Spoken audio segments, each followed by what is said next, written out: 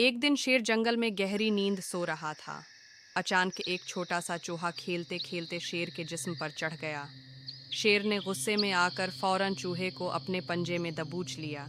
शेर धाड़ा, तुमने मेरी नींद खराब की, अब मैं तुम्हें खा जाऊंगा। चूहा कांपते हुए बोला, बादशाह सलामत, मुझे माफ़ कर दें, मैं बहुत छोटा हूँ, लेकिन हो सकता है कि कभी मैं आपके काम आ जाऊं। तुम मेरे काम? तुम जैसे छोटे से चूहे से मुझे क्या फ़ायदा होगा? लेकिन फिर शेर ने रहम खाकर चूहे को छोड़ दिया। कुछ दिन बाद शिकारियों ने शेर को पकड़कर रस्सियों से बांध दिया। शेर जोर जोर से धाड़ा, लेकिन कोई मदद को ना आया। इतने में वही छोटा चूहा वहां आ पहुंचा। उसने रस्सियों को दांतों से कुतरना शुरू किया और कुछ ही देर में शेर आज़ाद हो गया।